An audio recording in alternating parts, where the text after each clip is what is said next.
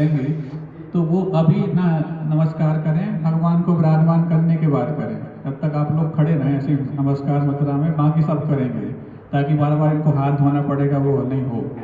हाँ, दूसरा, नमस्कार करने को लेकर छोटी सी बात और याद आ गई, 1 मिनट की है, आपको बता दें। गुरुनाम गुरु आचार्य ज्ञान सागर जी महाराज प्रकांड विद्वान, आप सब जानते हैं, जिन्होंने ऐसा हीरा परखा जो हम सबके लिए कंकर से शंकर बनने तक की यात्रा प्रशस्त करा गया। ऐसे आचार्य गुरु विद्यासागर जी महाराज को उन्होंने हमें सबको दिया। तो जब आचार्य ज्ञान सागर महाराज मुनि बन गए, मुनि जैसे ही बने तो उनके पास तो सब प्रकार के विद्वान आते थे, अनेकांत वाले भी आते थे तो एकांत वाले भी आते थे, क्योंकि विद्वानों को सिर्फ ज्ञान मिल जाए कहीं भी जा सकते हैं, आचरण की बात करो तो उनका जी दुखता है।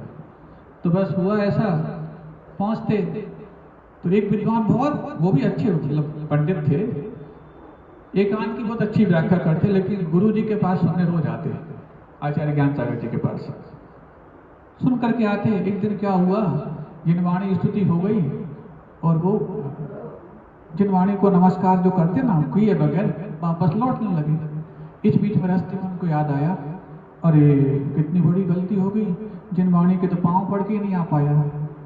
तो बाजू में जो विद्वान थे वो कहते हैं, जिनके पांव होते हैं उनके तो तुम पढ़ते नहीं, और जिनके नहीं उनको पढ़ने जा रहे हो।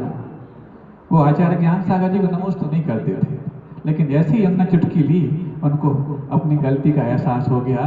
पहली बार उन्होंने जिनवाणी के साथ साथ आचार्य ज्ञान सागर जी महाराज को भी नमस्कार किया। ऐसे सब जगह होते हैं ऐसे विद्वान, इनके अंदर ज्ञान का अजीर्ण हो जाता है ना, तो विद्वान विद्वत्ता सबके भीतर विराजमान होती है।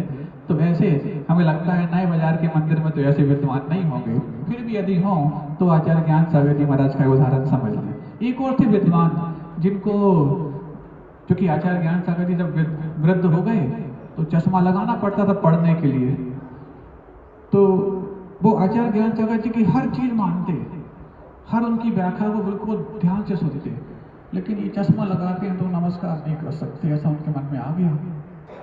बहुत दिन हो गए तो 2 विद्वान आपस में बात की, बोले बाकी सब तो ठीक है, गुरु जी बिल्कुल चोखे महाराज हैं, लेकिन ये चश्मा लगाते हैं परिग्रह है। तो बोले तुमने इतने प्रश्न पूछते उनसे क्यों नहीं पूछ लिया? अरे उनसे उनके बारे में कैसे पूछूं? कोई बात नहीं, हम साथ में रहेंगे, कुछ पहली बात तो वो महाराज कुछ कहेंगे नहीं, फिर भी यदि कुछ कहें तो हम आपकी बात संभाल लेंगे, चलो हमारे साथ। तो लेके चले गए। बोले महाराज छोटा मुंह बड़ी बात है, मैं चाहता हूँ कि आपको नमोस्तु करूँ, लेकिन आप चूंकि ये चश्मा लगाते हैं तो इसलिए लगता है कि परिग्रह है, तो हम आपको नमोस्तु कैसे करें? बोले बहुत अच्छा, ये प्रश्न पहले क्यों नहीं कर लिया?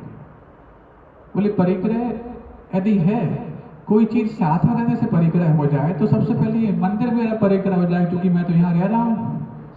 दूसरी बात, परिग्रह तब होता जब मैं इस चश्मा का उपयोग प्रकृति की सुंदरता को देखने के लिए करता, रूप रंग को देखने के लिए करता, राग बढ़ाने के लिए देखने के लिए करता।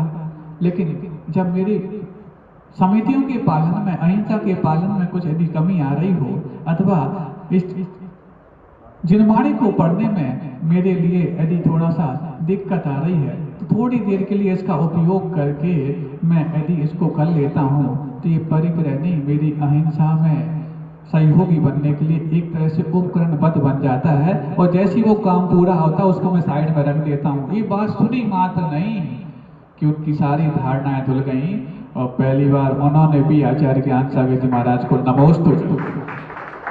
ऐसी बहुत सारी धारणाएं, विद्वान होने के बाद भी धारणाएं धुल पाए जरूरी नहीं, फिर तो ऐसे कई बुद्धू भी बैठे होंगे जिनकी धारणाएं मजबूत होंगी।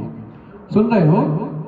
हाँ, बहुत सारी बातें हम आज कर रहे हैं संकेत में, लेकिन उनको बात समझ में आ जाए तो ठीक है, नहीं है तो फिर